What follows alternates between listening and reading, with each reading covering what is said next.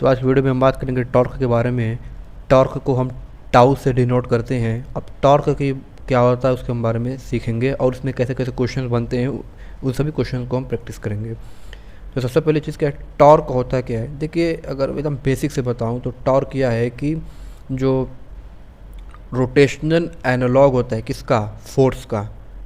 NLM में जो हम फोर्स एफ बनाते हैं, फोर्स बनाते हैं, उसी का जो रोटेशनल एनालॉग है वो होता है हमारा टॉर्क, जिसको हम टाउ से बनाते हैं।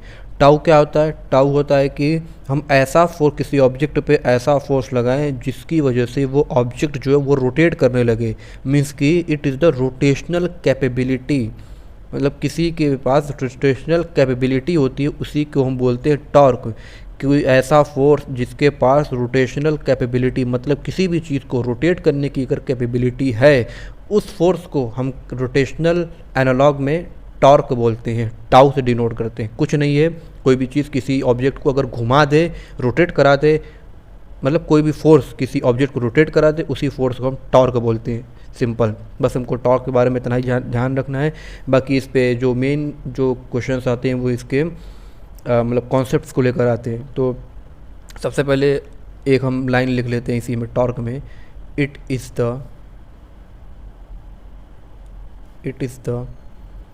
रोटेशनल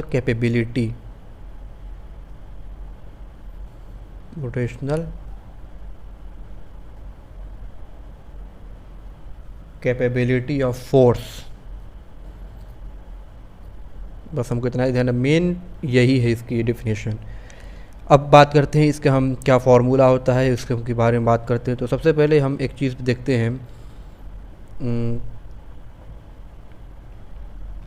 एग्ज़ाम्पल लेते हैं। ये कोई हुक है,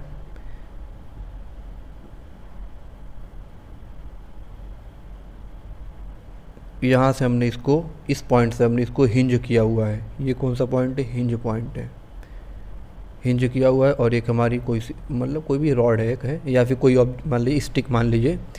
अब इसके ऊपर हम क्या कहते हैं कि फोर्स लगा रहे हैं, और इसका आर मान लीजिए, इसका लेंथ आर मान लीजिए, या फिर ऐसे मान लीजिए, ऐसे ही है इसकी लेंथ आर। अब इसके ऊपर हम कोई फोर्स लगा रहे हैं, ये फोर्स एफ, इस पॉइंट पे हमने एक फोर्स लगाया एफ, ठीक है। और ये इससे, ये जो फोर्स है जो इससे कितना एंगल बना रहा है, थीटा एंगल। ये समझने के लिए बता रहा हूँ, ठीक है। अब जो क्या कहते हैं कि जो मेन फॉर्मूला होता है टॉर्क का, वो होता है टॉर्क, ये वेक्टर क्वांटिटी के टर्म में torque r cross F, r cross F,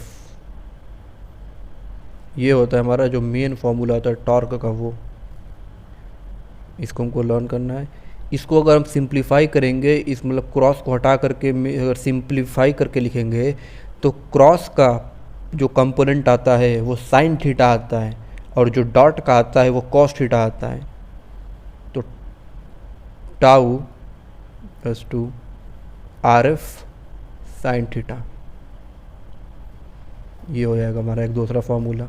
कि मतलब कि जैसे ये कोई क्वेश्चन है, यहाँ पे एंगल दे दे हमको, इस टर्म में हम इसलिए लिख देंगे, या फिर किसी अगर हमको क्या कहते हैं आई कैप जे कैप के कैप के टर्म में देगा, और हमको टॉर्क निकालना है, आर दे देगा, एफ दे देगा, तो उन दोनों का क्रॉस प्रोडक्ट करके हम टॉर्क निकाल लेंगे। तो ये दोनों ही फार्मूला बहुत इंपॉर्टेंट हमको लर्न करना है। लेकिन इनसे भी इम्पॉर्टेंट फार्मूला मैं बनाने जा रहा हूँ, और उसको अगर आप ध्यान रखेंगे तो आप टॉर्क का क्वेश्चन बहुत आसानी से सॉल्व कर सकते हैं।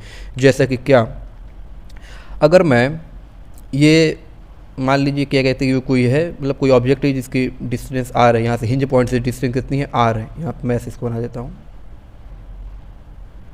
ये आर, ठीक। अब ये फोर्स है, अब मुझको इसका निकालना है टॉर्क। तो देखो, ये फोर्स है, इस फोर्स का दो कंपोनेंट होगा, किसी एंगल पे है ना, एक कंपोनेंट इधर जाएगा कॉस थीटा, और एक कंपोनेंट इधर आएगा साइन थीटा। तो इधर एक कंपोनेंट जाएगा, मैं बताया था आपको, थीटा की तरफ, एंगल की तरफ जो कंपोनेंट जाता है वो कॉस थीटा होता है, और इसके अपोजिट जो होता है वो साइन थीटा होता है। ये हो जाएगा एफ कॉस थीटा, ठीक है। और एक इधर कंपोनेंट जाएगा, एक ऐसे है, तो एक इसके इसी के एक परपेंडिकुलर होगा ना, ये है, ये दोनों में देखिए 90 डिग्री है, दोनों कंपोनेंट परपेंडिकुलर पे निकलते हैं, तो हो जाएगा ये एफ साइन थीटा। अब अगर आप ध्यान से देखिए तो अगर मैं टॉर्क लिखूँ इसका टॉर्क, तो अगर इसका मैं टॉर्क लिखूँ तो यहाँ पे ये लिख सकता हूँ, मैं यहाँ पे लिख दे रहा हूँ टॉर्क इक्वल्स टू ये है आर,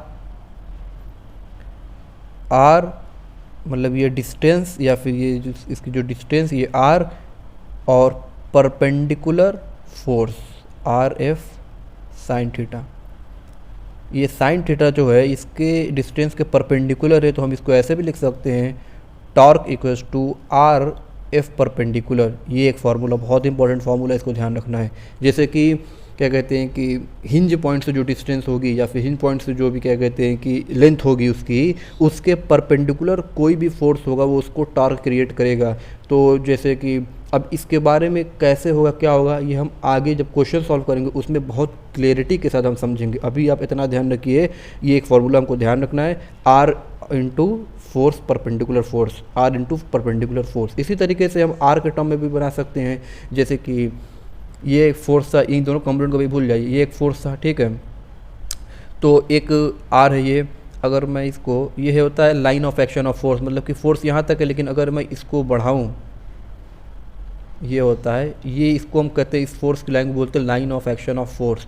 तो ये अगर थीटा है तो ये एंगल कितना हो जाएगा थीटा, अगर ये एंगल थीटा है तो ये भी एंगल थीटा हो जाएगा, ये पूरा एंगल। तो इस आर का भी दो कंपोनेंट आएगा, एक आर का कंपोनेंट एक इधर जाएगा आर कॉस थीटा, और एक परपेंडिकुलर आएगा आर साइन थीटा, इधर एक कंपोनेंट आएगा। तो मैं यहाँ पे बना देता हूँ इसको, एक इधर जाएगा आर कॉस थीटा और एक इधर आएगा आर साइन थीटा।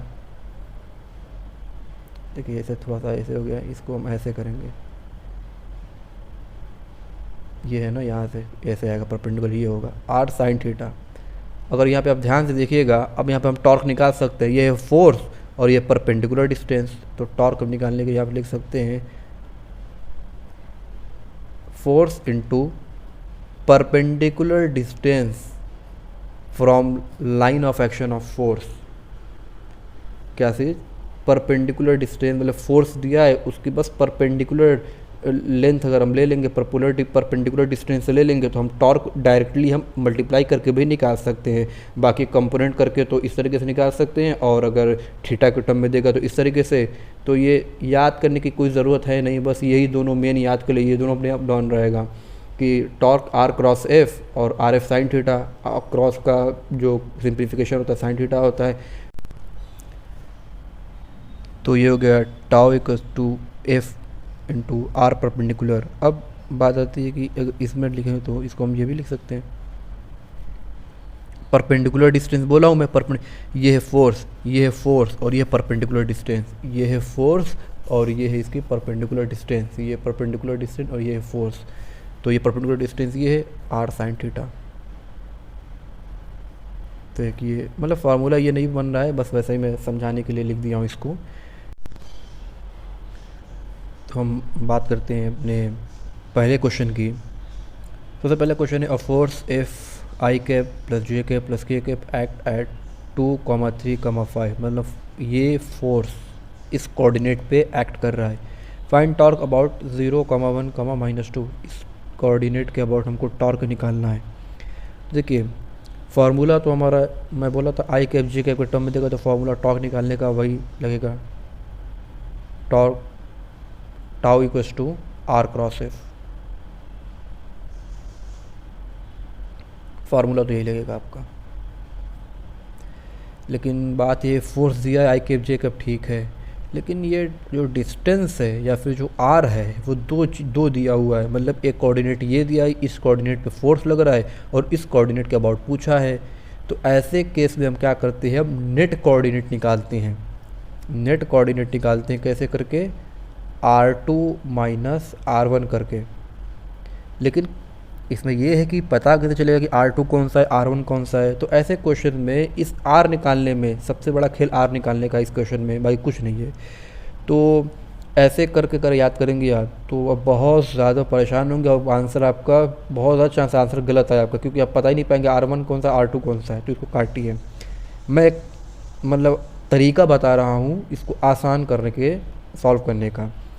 नेट जो कोऑर्डिनेट है ना, नेट कोऑर्डिनेट वो निकालते हैं हम हेड माइनस टेल करके, हेड माइनस टेल। अब हेड टेल क्या है बता रहा हूँ अभी आपको, ये याद करिए आप, ये इसको लर्न करिए, head minus tell.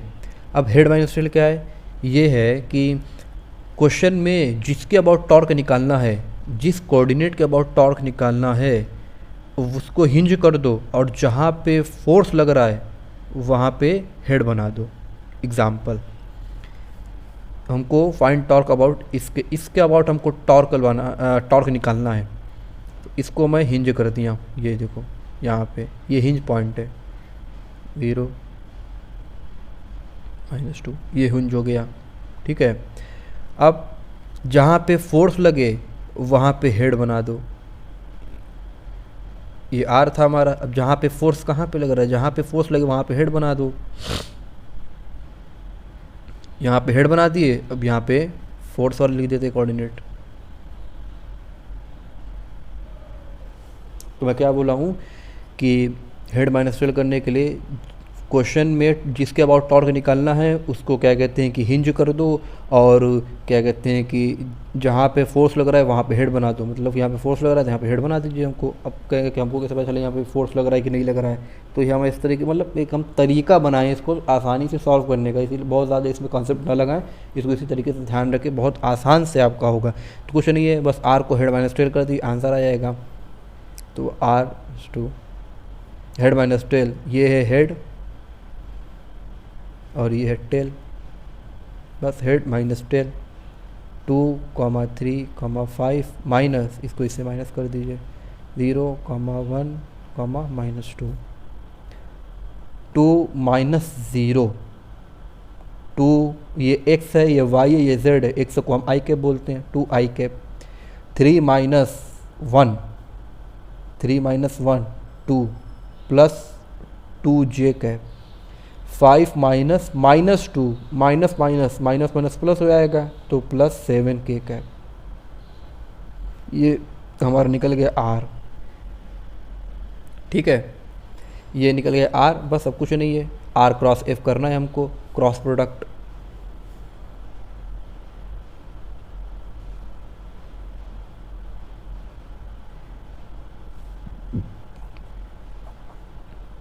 i cap, j cap, k cap. r cross f है, पहले हम r को लिखेंगे, r कितना है 2i cap, 2j cap, 7k cap. अब फिर हम f को लिखेंगे, f कितना है 1 1 1, सबका मैग्नीट्यूड 1 है। बस अब जब मैं इसको पूरा ही कर देता हूँ, रुकिए नहीं तो आप कंफ्यूज हो जाएंगे कैसे ये आ गया। तो पहले हम i कैप को लिखेंगे, i कैप को निकालने के लिए i कैप को ढक दीजिए, इसको ढक दीजिए, इसको ढक दीजिए, और इसको इससे मल्टीप्लाई कीजिए, इसको इससे मल्टीप्लाई कर दीजिए। पहले इसको 2 -7 i cap minus j cap. अब j कैप को कैप कवर कर लीजिए, इसको इससे मल्टीप्लाई करिए। पहले हम इसको इससे ही करेंगे, ये नहीं कि पहले इसको इससे कर दिए फिर इसको इससे, नहीं, पहले हम इसको इससे मल्टीप्लाई करें फिर इसको इससे मल्टीप्लाई करेंगे। तो 2 -7 k cap, j cap, y axis है ना, प्लस यहाँ पे प्लस आता है, ये तरीका है इसको क्रॉस प्रोडक्ट सॉल्व करने का। अब आता है क्या k कैप, तो k कैप को कवर कर लीजिए, 2 अंदर 2 2 अंदर 2, 2 -2 k कैप। तो ये हमारा आंसर आ जाएगा -5 i cap plus 5 j cap plus 0 k cap. ये हमारा आ गया फाइनल आंसर। इसकी यूनिट होती है न्यूटन मीटर। अब यूनिट याद करना कभी मतलब मुश्किल नहीं है, क्योंकि यूनिट को याद मत करिए आप, मैं कहूँगा आप कभी यूनिट मत याद करिए। फोर्स की यूनिट क्या होती है, एसआई यूनिट न्यूटन। आर क्या है, डिस्टेंस है, डिस्टेंस किस में लेते हैं, मीटर में, तो newton metre, newton metre unit आ गई इसकी। ये हमारा आंसर आ गया। इस तरह के इस क्वेश्चन को सॉल्व करना है। तो हमारा जो नेक्स्ट क्वेश्चन है, अगला क्वेश्चन है कि the moment of force F equals to 4i के प्लस 5j के minus 6k cap at 2, 0, -3 about the point 2, -2 comma -2 is given by, मतलब मोमेंट ऑफ फोर्स मतलब होता है टॉर्क। मोमेंट ऑफ फोर्स मतलब इस पॉइंट के अबाउट पूछा जा रहा है, फोर्स इस पॉइंट के अबाउट लग रहा है हमको, टॉर्क इस पॉइंट के अबाउट पूछ रहा है। तो ट्रिक वही है, जिस पॉइंट के अबाउट क्वेश्चन पूछे, जिस पॉइंट के अबाउट टॉर्क निकालना है उसको हिंज कर दो। मैंने इसको हिंज कर दिया, अब थोड़ा तेज करेंगे यहाँ पे, फिर मैंने हेड बना दिया, हिंज कर दिया यहाँ पे ये 2, -2, -2, ये हेड है, ये कितना है 2, 0, -3। अब हमको क्या कहते हैं कि निकालना है नेट कोऑर्डिनेट, तो ये निकालेंगे हम हेड माइनस टेल। हेड कितना है हमारा ये 2, 0, -3 माइनस टेल 2, -2, -2, तो इसको 2 -2 0 आई कैप डायरेक्ट लिख रहे हैं हम, 0 -2 प्लस 2 जे कैप, -3 -2 माइनस और माइनस प्लस हो जाएगा, तो ये +2 -3 + 2 -1 के कैप, ये हो गया हमारा नेट कोऑर्डिनेट। अब बस टॉर्क निकाल लेना है हमको, फोर्स तो दे ही रखा है हमको। मैं कह रहा हूँ ना, देखिए क्वेश्चन में कुछ नहीं था, मेन खेल था आर निकालने का। तो अगर आर अब इस तरीके से निकालेंगे कभी भी क्वेश्चन ये अलग गलत नहीं होगा, लेकिन ये बहुत आसान क्वेश्चन होता है, लेकिन खेल इसी में खेलता है। तो हम निकालेंगे अब ये आई कैप, जे कैप, के कैप, आर कितना है 0 आई कैप, 2 जे कैप, -1, एफ कितना है 4 आई कैप, 5 जे कैप, -6 के cap,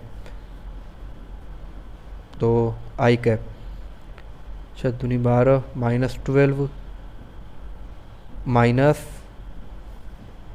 +5 -5 and 5 -5 i cap minus j कब निकालना है 600 -4 1 4 -4 हो जाएगा, -4 जे कैप प्लस के कैप 500 4 2 8, तो ये टॉर्क हमारा यहाँ से निकल के आ जाएगा -12 + 5 -7 आई कैप, माइनस प्लस हो जाएगा -4 जे कैप, -0 है -8 के कैप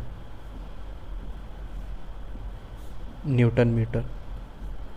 ये हमारा आंसर।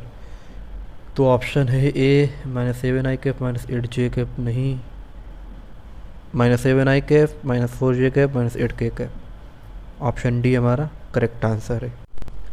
तो फोर्स इस पोजीशन पे फोर्स लग रहा है, यहाँ पे हेड बना दिए, ये इसको हम हिंज कर दिए, टेल बना दिए, बस आर निकाल लेते हैं यहाँ पे, हेड माइनस टेल करके, हेड ये है 0, 0 2 माइनस टेल ये है 0, 0, तो नेट जो कोऑर्डिनेट आ जाएगा वो हमारा आई कैप जे कैप के टर्म में है 0 आई कैप प्लस 0 जे कैप प्लस 2 के कैप, ये हमारा नेट कोऑर्डिनेट आ गया। अब टॉर्क कितना दे रखा है हमको, टॉर्क फोर्स कितना दे रखा है 2 के कैप फोर्स दे रखा है हमको, 2 के कैप करो 3 जे कैप फोर्स दे रखा न्यूटन।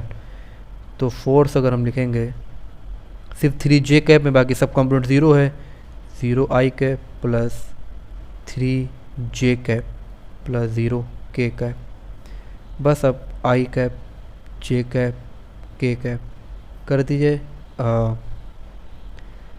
आई कैप कितना है 0 0 2, जे कैप 0 3 0, तो tau equals to r cross F से कर दीजिएगा, तो हमारा जो टॉर्क निकल के आ जाएगा -6 आई कैप न्यूटन मीटर। ये बहुत आसान, इसलिए मैं कर नहीं रहा हूँ, इसको आप लोग खुद ही कर लीजिएगा, -6 आई कैप न्यूटन मीटर, ये हमारा आंसर आ जाएगा इसका। तो जो हमारा अगला क्वेश्चन है कि ABC is an equilateral triangle with O as its center, F1 F2 and F3 represent 3 forces acting along the sides AB BC and AC, AB BC and AC, ठीक है, रेस्पेक्टिवली। काम की चीज़ यहाँ पे ये पहली है equilateral triangle. If the total torque about O is 0, बहुत इंपॉर्टेंट चीज़ है, मतलब कि इस सेंटर के अबाउट टोटल टॉर्क, मतलब F1 F2 F3 इन तीनों की वजह से जो टोटल टॉर्क है वो 0 दे रखा है, then find the magnitude of F3। F3 का मैग्नीट्यूड बताना है। बहुत आसान सवाल होता है, बस थोड़ा सा मतलब तरीका पता होना चाहिए। तो देखिए हमको नेट टॉर्क, जो नेट टॉर्क दे रखा है वो क्या है, 0 है, ठीक है। तो सबसे पहले देखते हैं कि ये जो फोर्सेस कर क्या रहे हैं यहाँ पे। तो अगर हम ध्यान से देखेंगे तो F3 जो है कहीं ना कहीं इस इक्विलैटरल ट्रायंगल को क्लॉकवाइज डायरेक्शन में रोटेट कर रहा है, ये इसको इधर रोटेट कराएगा। F2 जो है इसको, इस ऑब्जेक्ट को एंटी क्लॉकवाइज डायरेक्शन में मूव करा देगा। F1 जो है ये भी इसको एंटी क्लॉकवाइज डायरेक्शन में मूव कर देगा। तो हम दोनों में से किसी एक डायरेक्शन को पॉजिटिव लेते, एक को नेगेटिव, जैसे कि एंटी क्लॉकवाइज को ले लेते हैं हम नेगेटिव डायरेक्शन और क्लॉकवाइज को ले लेते हैं हम पॉजिटिव डायरेक्शन, क्योंकि हमको टॉर्क जो लिखते हैं हम वो नेगेटिव पॉजिटिव करके लिखेंगे सेंस ऑफ रोटेशन के हिसाब से। तो नेट टॉर्क लिखना है, तो नेट टॉर्क क्या हो जाएगा हमारा, नेट टॉर्क इसकी वजह से होगा टाउ 1 प्लस इसकी वजह से होगा टाउ 2 प्लस एक तीसरे की वजह से होगा टाउ 3, और ये किसके बराबर होगा, 0 के। नेट टॉर्क किसका है, 0, 0 इक्वल्स टू, अब पता करना टाउ 1। टाउ 1 कहाँ पे ये है, तो देखिए टाउ 1, टाउ का मतलब कि वो क्या होता है, अरे फॉर्मूला, टाउ का फॉर्मूला जो होता है टॉर्क का R क्रॉस F होता है, या फिर RF साइन थीटा, या फिर एक और मैं आपको फॉर्मूला बताया था, क्या चीज़, R force into R perpendicular. ये है फोर्स, इसके ऊपर परपेंडिकुलर डिस्टेंस ये है, लेट से x, मुझको नहीं पता, मैं x से ले लेता हूँ। इसके ऊपर इस वाले इस F1 के ऊपर परपेंडिकुलर ये है F1, और ये इसके ऊपर ये है, तो ये परपेंडिकुलर डायरेक्शन, तो ये इस फार्मूले से हो जाएगा torque equals to R perpendicular into F। तो ये फार्मूला मैं आपको याद कराया था, बताया था कि perpendicular force from line of action of, perpendicular distance from line of action of force, ये है perpendicular distance from line of action of force. Force के ऊपर परपेंडिकुलर डिस्टेंस है तो डायरेक्ट हम मल्टीप्लाई करके निकाल लेंगे। तो ये x हम मान लिए F1 इंटू एक्स, लेकिन ये देखिए इसको किधर मूव कर रहा है, मतलब किधर रोटेट करा रहा है, इधर एंटी क्लॉकवाइज, तो माइनस लगाएंगे, माइनस F1 इंटू एक्स, ठीक है, प्लस ये प्लस है, प्लस टाउ 2, ये F2, इसको भी देखिए, तो ये अगर ये फोर्स है तो ये डिस्टेंस हो जाएगी इसकी, ये x क्यों, ये भी x, ये भी, क्योंकि इक्विलैटरल ट्रायंगल है, इक्विलैटरल ट्रायंगल की सेंटर से ये जो डिस्टेंस है, ये और ये और ये तीनों क्या होगी, सेम होगी, ये भी x होगी, ये भी x, तो ये भी x हो जाएगी, तो हो जाएगी हमारी प्लस है, तो ये भी एंटी क्लॉकवाइज घुमा रहा है, माइनस F2x, फिर प्लस F3 टाउ 3 इधर घुमा रहा है, और ये F3 वाला ये है जिसके परपेंडिकुलर डिस्टेंस ये हो जाएगी, तो ये पॉजिटिव में ही रहेगा, F3 इंटू एक्स। अब 0 x को कॉमन ले लेते हैं, ये हो जाएगा minus F1 minus F2 plus F3, ठीक है। x तो कोई इधर भी कोई मतलब होगा नहीं, ये तो 0 ही हो जाएगा, तो 0 इक्वल्स टू माइनस F1, अरे देख गलत हो गया, 0 equals to minus F1 minus F2 plus F3। हमको निकालना क्या है, मैग्नीट्यूड ऑफ F3, तो F3 को इधर लेके चले जाइए, F3 को इधर मत ले जाइए, ऐसा करिए इन दोनों को इधर लेके चले जाइए, या फिर F3 को इधर ले जाएगी तो माइनस हो जाएगा, तो माइनस F1 माइनस F2, पूरी इक्वेशन को क्या कहते हैं कि माइनस से मल्टीप्लाई कर दीजिए, तो हो जाएगा F3 equals to minus minus plus F1 plus F2, ये हमारा आंसर। तो मैग्नीट्यूड हमारा ये आ गया F1 प्लस F2। तो ये बहुत आपको समझाने के लिए मैं आपको लेंदी हो गया, लेकिन है बहुत simple question. Find the torque about origin. देखिए ओरिजिन के अबाउट पूछा है हमसे, अबाउट ओरिजिन मतलब कोऑर्डिनेट क्या हो गया, ओरिजिन का कोऑर्डिनेट होता है 0, 0, ठीक है। When a force of 3J cap newton acts on the particle whose position vector is 2k cap. ठीक है, तो अगर मैं R1 R2 करके लिख देता हूँ। R1 इसको मान लेते हैं R1 0,0,0, R2 मान लेते इसको, तो 2k कैप है तो 0i cap, 0j cap, 2k cap, ये हो गया। अब एग्जाम्पल क्या, इसके अबाउट पूछना है तो इसको हम क्या कर देंगे, हिंज कर देंगे, और इसको क्या कर देंगे, यहाँ पे फोर्स बना देंगे। ऐसे मत करिए, ऐसे कर लीजिए। इसका अबाउट पूछा है तो ये ऐसे कर लीजिए, यहाँ पे हिंज कर दिए। R1 के अबाउट पूछा है, इसको हिंज कर देंगे 0,0,0, यहाँ पे हेड है, ये हो जाएगा 0,2। और अगला क्वेश्चन है, A rope is wound around a hollow cylinder of mass 3 kg and radius 40 cm. What is the angular acceleration of the cylinder? Angular acceleration की बात कर रहा है। If the rope is pulled with a force of 30 Newton, जैसा question में दिया है उस तरीके से हम इसका फिगर बनाने की कोशिश करते हैं। जैसे एक सिलेंडर है तो सिलेंडर को मैं सामने से बना रहा हूँ, सामने से देख रहा हूँ, ये एक हॉलो सिलेंडर है, इसके एक रोप बनी, इस पर रस्सी लपटी हुई है, तो यहाँ से एक रस्सी का एंड है, एक सिरा इधर, इधर से इसको हम 30 न्यूटन के फोर्स से खींच रहे हैं। इसका सेंटर मतलब इसके अबाउट ये हिंज है, इसके अबाउट ये रोटेट कर रहा है, और यहाँ से यहाँ तक किसकी क्या हो जाएगी, ये रेडियस। ठीक है, तो हमको क्या पूछता है, एंगुलर एक्सेलरेशन। तो टॉर्क का दो फार्मूला होता है, एक तो हमने पहले पढ़ लिया है कि tau equals to r cross F, और एक फार्मूला होता है tau equals to I alpha, जिसमें आई जो है मोमेंट ऑफ इनर्शिया, अल्फ़ा जो है एंगुलर एक्सेलरेशन। अब टॉर्क का एक और फार्मूला होता है, कौन सा, आर परपेंडिकुलर इंटू एफ, मतलब परपेंडिकुलर डिस्टेंस इंटू फोर्स। तो यहाँ से अगर हम देखें इस फार्मूले के हिसाब से, तो ये देखिए ये फोर्स लग रहा है, ये लग रहा है फोर्स, और ये लग रही परपेंडिकुलर डिस्टेंस। तो ये परपेंडिकुलर डिस्टेंस, ये फोर्स एक दूसरे के परपेंडिकुलर हैं, तो हम डायरेक्टली मल्टीप्लाई करके यहाँ से हम टॉर्क निकाल सकते हैं। तो अगर हम यहाँ से डायरेक्टली मल्टीप्लाई करके टॉर्क निकालेंगे, तो यहाँ से tau equals to I alpha, तो इसको आई अल्फ़ा के बराबर कर दीजिए, equals to r perpendicular into F. तो मोमेंट ऑफ इनर्शिया, ये हॉलो सिलेंडर है, और ये क्या कहते हैं कि अपने सेंटर के थ्रू घूम रहा है, रोटेट कर रहा है। तो अगर सेंटर की तो रोटेट कर रहा है, तो हम हॉलो सिलेंडर है तो वो रिंग की तरह काम करेगा, तो रिंग का सेंटर के थ्रू कितना मोमेंट ऑफ इनर्शिया था, mr²। तो इसका हो जाएगा mr² into alpha, r perpendicular दे, ठीक है। अब कितना रखा है, रख देते हैं वैल्यू सभी की, अभी रुक जाइए, इसको आर इंटू एफ, ठीक है। मास कितना है 3 kg, r², 40 सेंटीमीटर रेडियस है, तो 40 का whole square into alpha, r perpendicular distance वो भी 40 इंटू 10 की पावर -2, यहाँ पे भी रहेगा इंटू 10 की पावर -2। क्यों, क्योंकि यहाँ सेंटीमीटर में दिया 40 सेंटीमीटर है, तो हमको मीटर में कन्वर्ट करना पड़ेगा, इंटू एफ कितना है 30। तो अगर यहाँ से हम सॉल्व करेंगे तो हमारा आंसर जो निकल कर आएगा वो आएगा 25। अब 25 देखिए, यहाँ पे 25 है, यहाँ में भी 25 है, लेकिन ये 25 मीटर पर सेकंड स्क्वायर है और ये 25 रेडियन पर सेकंड स्क्वायर है।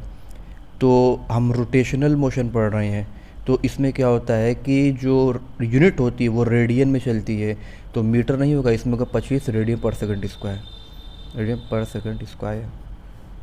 करेक्ट आंसर हमारा ये हो जाएगा इस तरीके से। अगर आपको ये फार्मूला लर्न करने में दिक्कत हो रही है तो इसका मैं एक ट्रिक नहीं, एक तरीका है वही, जैसे कि F=ma होता है, रोटेशन मोशन में फोर्स का एनालॉग होता है टाउ, m का एनालॉग होता है मोमेंट ऑफ इनर्शिया, और एक्सेलरेशन का a का एनालॉग होता है अल्फा, एंगुलर एक्सेलरेशन। तो फोर्स का एनालॉग टाउ, m का मोमेंट ऑफ इनर्शिया, मास का मोमेंट ऑफ इनर्शिया, और एक्सेलरेशन का एंगुलर एक्सेलरेशन। तो इस तरीके से अभी इसको याद कर सकते हैं। अगला क्वेश्चन है हमारा, a solid cylinder of mass 50 kg and radius 0.5 metre is free to rotate about horizontal axis.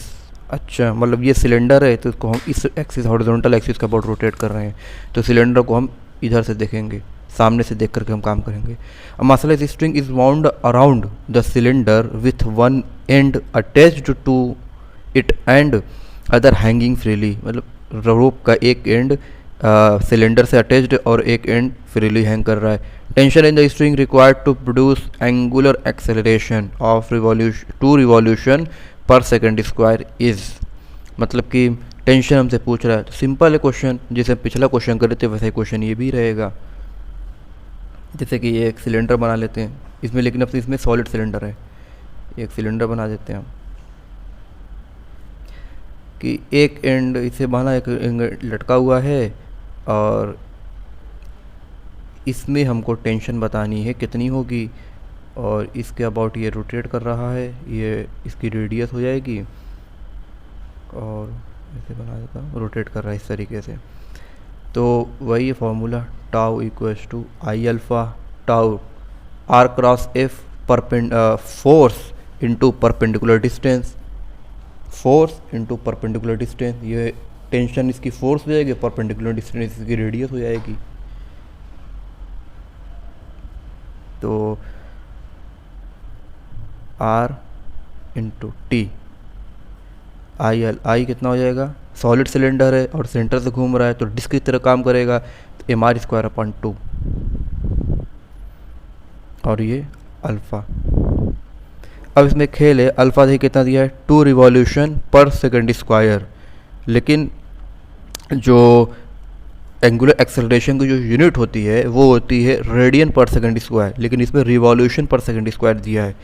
तो एक रिवॉल्यूशन में तो रेडियन की एक्चुअल में जो रेडियन होती है ना वो एंगुलर डिस्टेंस होता है, जो रेडियन होती है वो एंगुलर डिस्टेंस होता है। तो एग्जांपल ले लेते हैं कि अगर एक सर्कल है, ये सर्कल एक, तो अगर हम यहाँ से पॉइंट ए से अगर हम चलना शुरू करेंगे तो जब ये पूरा सर्कल कंप्लीट करेंगे तो हम कितना एंगल मूव कर लेंगे एक सर्कल में, 360 डिग्री। कैसे, यहाँ से यहाँ तक पहले मूव करेंगे तो ये कितना हो गया, पहले यहाँ था अब यहाँ हो गया 90 डिग्री, फिर यहाँ से यहाँ मूव करेंगे, इन दोनों के बीच में एंगल कितना, 180 डिग्री। तो यहाँ से आधा सर्कल मूव करने में 180 डिग्री और कंप्लीट सर्कल मूव करने में 360 डिग्री लगता है। तो 360 डिग्री को रेडियन में या पाई में बोले तो कितना, 2 पाई। तो एक सर्कल कंप्लीट करने में कितना एंगल चलना पड़ता है, 2 पाई। तो एक सर्कल कंप्लीट करने में 2 पाई, मतलब एक रिवॉल्यूशन में 2 पाई होता है, मतलब एक रिवॉल्यूशन में 2 पाई एंगल घूमना पड़ता है। तो 2 रिवॉल्यूशन में कितना हो जाएगा, 4 पाई। बस एंगुलर एक्सेलरेशन की वैल्यू हमारी यहाँ से निकल गई, 4 पाई रेडियन पर सेकेंड स्क्वायर। इसमें रिवॉल्यूशन पर सेकेंड स्क्वायर दिया, तो ये एक मतलब इसमें खेला था खेल। तो ठीक है, बस वैल्यू पुट करते हैं, आंसर निकालते हैं। रेडियस कितनी है, 0.5। 1 मिनट रुकिए, यहाँ से आर कट जाएगा, एक आर से एक आर कैंसिल, यहाँ से बचेगा टेंशन। मास कितना है, 50 इंटू रेडियस 0.5 अपॉन 2 इंटू 4 पाई। तो 4 और ये हो जाएगा, ये 0 से पॉइंट कैंसिल, 25 इंटू 2 इंटू 3.14। तो जब इसको सॉल्व करेंगे हमारा आंसर आएगा 157 न्यूटन। तो option D is the correct answer. ये हमारे पास एक क्वेश्चन है नीट 2013 का। इस क्वेश्चन में ये है कि एक रॉड है, एक रॉड को एक एंड हमने एक रस्सी से बांधा हुआ है, टाइट किया हुआ है यहाँ सेलिंग से, और इस जो पॉइंट पी है, क्वेश्चन पढ़ेंगे तो लगेगा जो पॉइंट पी है ये क्या है, हमारा हिंज है। ये पॉइंट पी क्या है, हिंज कर दिए हैं। अब जब हम इस स्ट्रिंग को कट करेंगे, इस स्ट्रिंग को जब हम कट करेंगे तो क्या कहते हैं कि इसका जो इनिशियल एंगुलर एक्सेलरेशन क्या होगा वो हमसे ये पूछा है। तो जब हम इस स्ट्रिंग को कट करेंगे, जैसे ही कट करेंगे तो पहले तो हम इसको फोर्स देखते हैं। इसके ऊपर एक सेंटर ऑफ मास पे एक फोर्स लगेगी नीचे की तरफ mg। तो जब स्ट्रिंग को कट करेंगे तो ये क्या कहते हैं कि जैसे ही कट करेंगे on the stage of cutting, जैसे ही हम कट करेंगे तो फिलहाल तो ये रॉड क्या कहते हैं कि नीचे की तरफ मूव करना चाहेगा, किसके एक्शन की वजह से, इस फोर्स के एक्शन की वजह से। तो हम एक फार्मूला जानते हैं, tau equals to I alpha. तो टॉर्क क्या हो जाएगा, टॉर्क होता है, एक फार्मूला होता है टॉर्क का, r perpendicular into F equals to I alpha. R perpendicular क्या होता है, line of action of force से परपेंडिकुलर डिस्टेंस। ये हमारी line of action of force, ये हमारा line of action of force, इससे जो परपेंडिकुलर डिस्टेंस है ये परपेंडिकुलर डिस्टेंस, ये परपेंडिकुलर डिस्टेंस कितनी है, L/2। तो ये हो जाएगी इसका आर परपेंडिकुलर, और एफ हमको पता है तो हो जाएगा L/2 एफ कितना है, mg की वजह से हो रहा है। मोमेंट ऑफ इनर्शिया एक एंड्स के थ्रू, एक्सिस के थ्रू क्या जो मोमेंट ऑफ इनर्शिया होता है ml² / 3 इंटू अल्फ़ा। अल्फ़ा निकालना है, एल से कैंसिल, एम से एम कैंसिल, तो अल्फ़ा हमारा आ जाएगा 3g/2l। ये हमारा इनिशियल एंगुलर एक्सेलरेशन है, ये हमारा आंसर। अब हमारा अगला क्वेश्चन है कि an automobile moves on a road with a speed of 54 km/h। The radius of its wheel is 0.45 metre रहेगा, यहाँ पे देखिए भूल गया मैं, 0.45 metre. And the moment of inertia of the wheel about its axis of rotation is 3 kg/m². If the vehicle is brought to rest in 15 seconds, the magnitude of average torque transmitted by its brakes to the wheel. अब ये एक बहुत अच्छा question है क्योंकि इस question में kinematics का भी यूज़ कर दिया है। तो रोटेशनल मोशन की चैप्टर की यही खासियत है कि ये अपने क्वेश्चंस में काइनेमेटिक्स को भी यूज़ कर लेता है, एनएलएम को भी यूज़ कर लेता है, सर्कुलर मोशन को भी यूज़ कर लेता है। तो अब देखते हैं को कैसे करना है। तो सबसे पहली बात हमको क्वेश्चन पढ़िए कि पूछ क्या रहा है हमसे, इफ़ द टॉर्क ट्रांसमिटेड, मतलब मेनली हमको टॉर्क बता रहा है, व्हील को कितना टॉर्क लगेगा ब्रेक के थ्रू। ठीक है, टॉर्क निकालना है, तो टॉर्क निकालना है तो एक तो फार्मूला ये होता है R/F, R/F।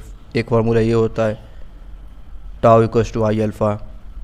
अब देखना है दोनों में से कौन सा फार्मूला लगेगा। ये पहला देखते R/F, इसमें ना ही कहीं फोर्स दे रखा है, भले अब परपेंडिकुलर डिस्टेंस हम कैसे निकालेंगे, ना फोर्स ही है ना कुछ है, तो कैसे ये वाला तो फार्मूला रूल आउट हो गया, ख़त्म। अब बचा ये फार्मूला, हम किसी न किसी तरीके से इसी के थ्रू अब निकालना है टॉर्क। तो अगर हम ध्यान से देखें तो हमको मोमेंट ऑफ इनर्शिया इसमें दे रखा है, ठीक है, टॉर्क निकालना है। अगर अल्फ़ा पता चल जाए तो हम टॉर्क निकाल लेंगे। तो अल्फ़ा कहाँ से पता चलेगा, यहाँ पे देखिए कि स्पीड दे रखा है, पहले इसको कन्वर्ट करते हैं हम, इसको हम कन्वर्ट करते हैं। v कितना है 54 km/h दे रखा है, इसको मीटर/सेकंड में कन्वर्ट करते हैं। तो 54 × 5/18, तो ये हो जाएगा 15 मीटर/सेकंड। तो वेलोसिटी कितनी दे रखी है हमको, 15 मीटर/सेकंड वेलोसिटी दे रखी है, और यहाँ पे हमको टाइम दे रखा है। वेलोसिटी दिखा है, टाइम दे रखा है, हमको निकालना है एंगुलर एक्सेलरेशन। एंगुलर एक्सेलरेशन निकालने के पहले अगर हम वेलोसिटी से हम एक्सेलरेशन नॉर्मली निकाल सकते हैं, v = u + at से। क्यों? क्योंकि if the vehicle brought to rest, मतलब कि व्हीकल को हम ब्रेक लगा करके रेस्ट पे लेके आएंगे, तो फाइनल वेलोसिटी क्या हो जाएगी, 0। इनिशियल वेलोसिटी दे रखी है, a निकालना है, टाइम भी दे रखा है, तो u = at। ठीक है, अब हम अगर इसको हम वैल्यू पिट करें हैं इसकी, तो 15 a × 15 एक्सेलरेशन आ जाएगा 1 मीटर/सेकंड²। लेकिन हमको निकालना क्या है, अल्फ़ा। अल्फ़ा की यूनिट किस में होती है, रेडियन/सेकंड² में। तो एक रिलेशन होता है एक्सेलरेशन और एंगुलर एक्सेलरेशन में, एक रिलेशन होता है, वो होता है a एक्सेलरेशन = r∝। r क्या है, रेडियस, जो भी ऑब्जेक्ट व्हील रहेगा, डिस्क रहेगा, जो भी रहेगा, radius of object, and alpha angular acceleration, और a क्या है, एक्सेलरेशन, जो हमने यहाँ फाइंड किया है। तो बस यहाँ से हम अल्फ़ा निकाल लेंगे।